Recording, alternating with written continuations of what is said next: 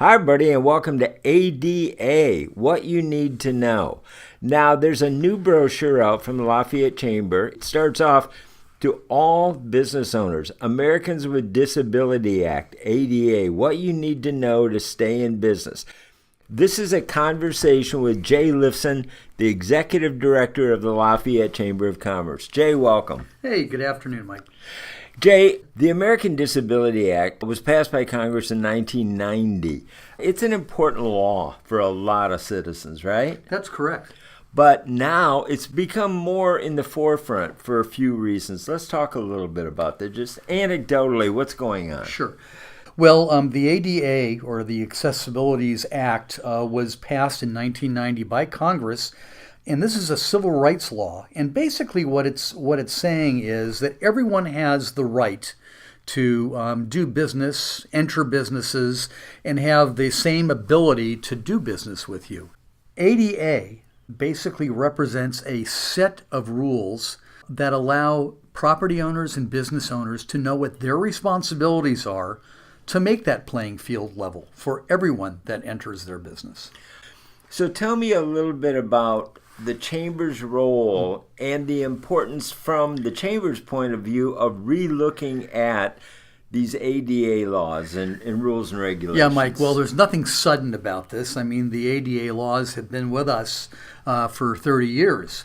However, I think that there's a myth that business owners and property owners think that if they're not doing a major remodel on their business, that they're somehow grandfathered in, and these rules don't apply to them. And that's just not so. What we hope to do is to teach and give information out to our members and to all of the businesses in our community to let them know what they are responsible for and how easy it is to avoid problems down the line when someone does find you in violation of one of these laws.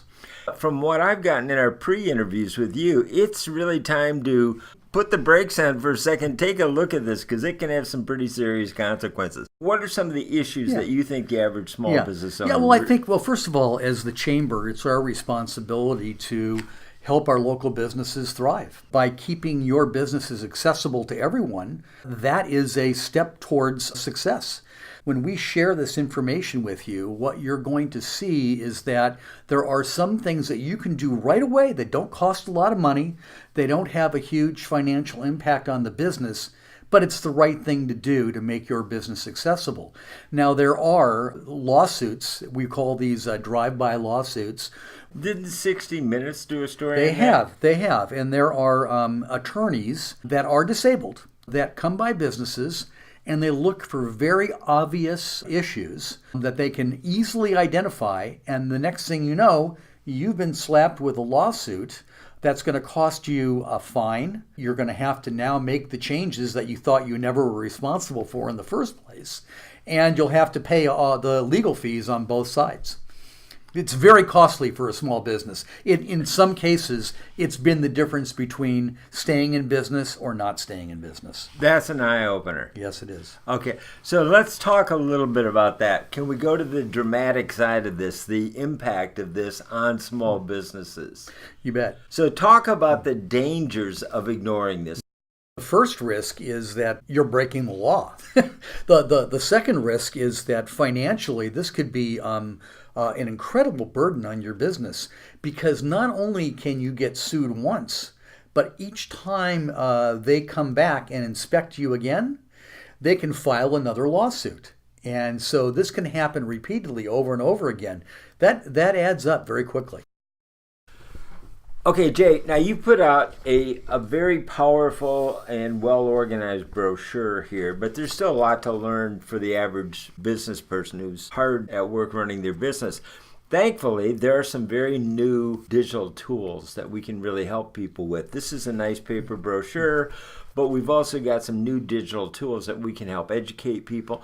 And what we'd like to do is to set up a mastermind group, a live mastermind group, to really bring people in an interactive way digitally so they can join in from their business, take a half hour out of their day, and learn from their fellow Lafayette businesses all of the ramifications of this brochure and what it means and the help that they need. So what we want to do is talk a little bit about how we're going to be educating them, some of the different ways that we're going to be helping them, and maybe get their feedback about what help they want or what we really can do for them. Because we've got great new tools to educate them with on a self-paced basis. Yes, Mike, you've hit on a lot there. So let me start by saying that this brochure that you're talking about, we put together, and basically we took an 83-page document that the ADA has prepared, which has real defined specifics about how high things should be, how large entries should be, what the slope should be for a wheelchair. And we've sort of boiled it down to 2 pages of just some reoccurring issues that seem to be the most common violations. And not only are there experts out there to help you, but in a mastermind group, you'd be surprised at how many people we're talking to today have already had a brush with ADA violations. It could have been in a different business that they were in, or it could have been a friend's business, but they know people that have been sued for these very minor violations that wind up costing them thousands of dollars. Now, folks, what a mastermind group is, and I love this. This is peer-to-peer mentoring. It's a concept used to help members to solve their problems with input and advice from other group members. The concept was coined in 1925 by an author I love, Napoleon Hill. His book, The Law of Success, and described in more detail in his 1937 book, Think and Grow Rich. So mastermind groups have been around a long time, okay? Now we're in the digital age, so now we have digital networking and digital mastermind groups. But still, we want to listen to what peers have to say about this situation, what your time is like, what you need to get from us to help you best solve it. The ADA and being compliant is very important. I've known at least 3 businesses that have been affected because they weren't compliant. They just weren't sure. And I think that that's one of the biggest things is not knowing. Kind of feel guilty. It's like, oh, I didn't know this stuff. Oh, man. It was very informative to have somebody come out and take a look at what we're doing. Sandra Bonnerud, and she's an architect in Orinda, California, and she is an expert on ADA and accessibility issues. And she has worked with many businesses in our town and has actually worked with the chamber on a number of occasions doing some workshops to teach people some of the simple things like this. But she'll also come out, like some of these other inspectors, and will come out and do a walkthrough for you as well. But this checklist that you have, this is something that you could do today. Okay. But by going through the steps on page 2 and 3, you could actually figure out within probably 2 hours sort of where you stand on your compliance. And what a mastermind group provides is hand-holding on those things. You know, like, hey, guys, did you do this one yet? How did you handle that? Or where did you need help? That kind of thing. Jeremy, what are you looking for in terms of getting to a comfort level that you've, resolved any issues? One of the most valuable things I think people could get from this masterclass is discovering how other businesses are implementing the solutions. Like we know we need to have, we will know what grade we need to have or how high things need to be or what kind of countertops we need to have. But I think it'd be very interesting to hear other people's solutions to these problems. How did they solve this issue? What did they have before and what did they go about doing to solve this and the exact implementation? Because sometimes we might find that we have to change this certain thing, but what's the best way to do that? Or what are some options I can do to solve this problem? Again, there are some changes that you can make that are really simple to do, very inexpensive. Sometimes it's literally moving the paper towel rack so that it's at the right level, or lowering the height of a counter, perhaps. But there are other situations in which it does, in occasion, produce an undue hardship on the business. And when that happens, they will take a look at that. And in some cases, they will go ahead and grant you sort of a pass on that because it will be too expensive to do. For example, if you had a barber shop and you had 3 chairs in that barber shop, and in order to create an ADA accessible bathroom, you had to take out one of the chairs. Well, the bottom line is just not going to work with 2 instead of 3 chairs. So they wouldn't force you to do that. There are ways around that, and you can have a business without having an accessible bathroom, and that's still legal. So there are some things that you can do that are easy, and there's other things that they will work with you on. Okay. Any other thoughts, Jeremy?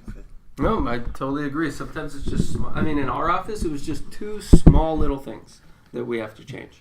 And so, yeah, they're very small. Sometimes they're bigger in certain cases, but sometimes they're quite reasonable and quite easy to do, and they'll help businesses avoid lawsuits in the future. Okay, so what I'm getting is that they can be small if they're handled in advance. They can be big if ignored. You just have to show that you're doing something to make the change, to make your business accessible.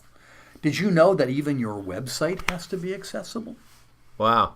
Okay, so what we're going to do to help everybody, we want to hold a mastermind class live, and it's real simple to use technology called Zoom. In fact, they even advertise it on CBS, so it's really for anybody. We want to send out a link and have you join us. You don't have to be on camera. You don't have to be having a good hair day or anything. You can actually even join from your phone with Zoom and just listen in. Also, we're going to record it. So if you do miss it, we want to help you to be able to catch up the information later on.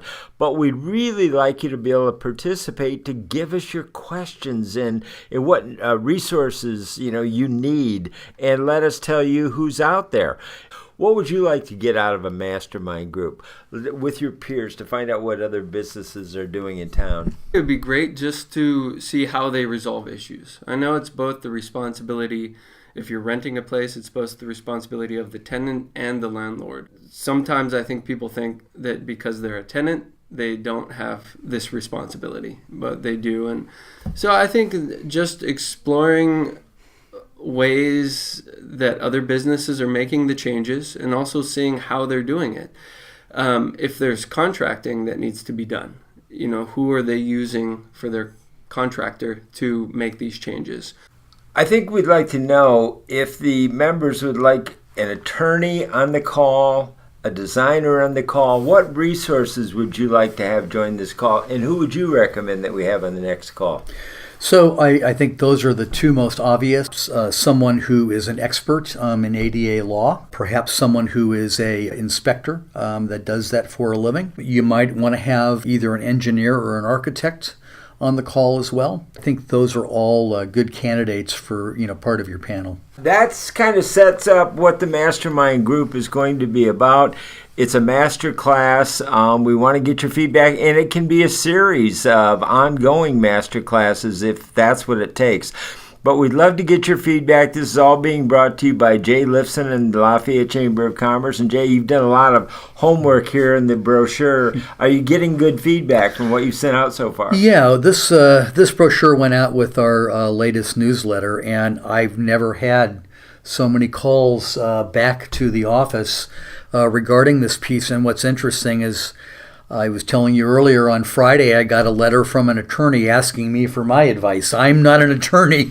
That's something that I leave up to another attorney to do. But it is important. It is important information, and we hope to share it with you. And if you are available on June 7th at 5:30 at La Marinda Music, that is at 50 Lafayette Circle, we are having a workshop on ADA. You're welcome to join us. And don't forget, this master class is peer-to-peer mentoring. It's about discussion. So we want to have an open-ended discussion, get your feedback, and make sure we get you the solutions you need.